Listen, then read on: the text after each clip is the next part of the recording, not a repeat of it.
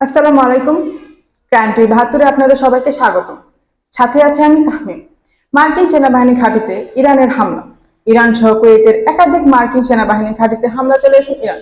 ইরানের হামলায় Donald Trump নিশ্চুপ হয়ে গেছেন, এমনটাই ইরানের বিভিন্ন গণমাধ্যম জানিয়েছে। সময়টা ১৯৬৭ সালের জুন।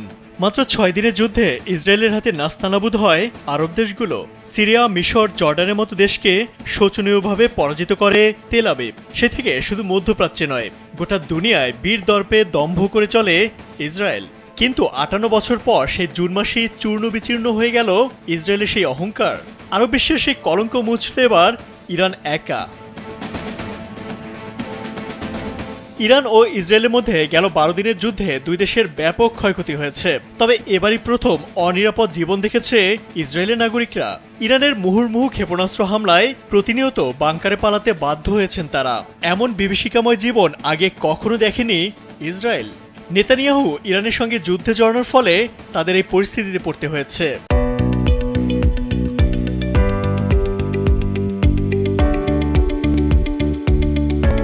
মার্কিন প্রেসিডেন্ট ডোনাল্ড ট্রাম্পের মধ্যস্থতায় যুদ্ধবিরতিতে গিয়েছে দুই দেশ, কিন্তু তার আগে ইসরায়েলের প্রায় ১/৩ ক্ষতিগ্রস্ত হয়েছে। ইসরায়েলের নাগরিকরা মিছিল করে ইরানের কাছে ক্ষমা চেয়েছে, এমন ভিডিও সামাজিক মাধ্যমে ভাইরাল হয়েছে। মূলত ইরানের সঙ্গে যুদ্ধে জড়িয়ে নেতানিয়াহু ইসরায়েলি নাগরিকদের জীবন অনিরাপদ করে তুলেছে।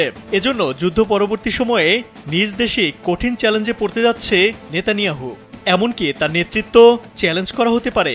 নেতানিয়াহুর বিরুদ্ধে ইসরায়েলে বড় আন্দোলন গড়ে উঠতে পারে বলে মনে করছেন আন্তর্জাতিক বিশ্লেষকরা। এর ফলে নেতানিয়াহুর শাসনেরও অবসানের সম্ভাবনা রয়েছে। সারা বিশ্বে একটা মিথ ছিল, ইসরায়েলের আকাশে তার অনুমতি ছাড়া কোনো কিছুই ঢুকতে পারে না, হোক সে ব্যালিস্টিক মিসাইল কিংবা ফিলিস্তিনের ছোট্ট রকেট। ইসরায়েলের সেই অহংকারের আয়রন ডোম এবার ভেঙে চুরমার করে দিয়েছে ইরানের সুপারসনিক মিসাইল। সারা বিশ্বকে চোখে আঙুল দিয়ে দেখিয়ে দিয়েছে ইসরায়েল কোনো অপ্রতিরোধ্য শক্তি নয়। চাইলে তেল আবিবের মাটিতেও ফেলা যায় প্রতিরোধের অস্ত্র।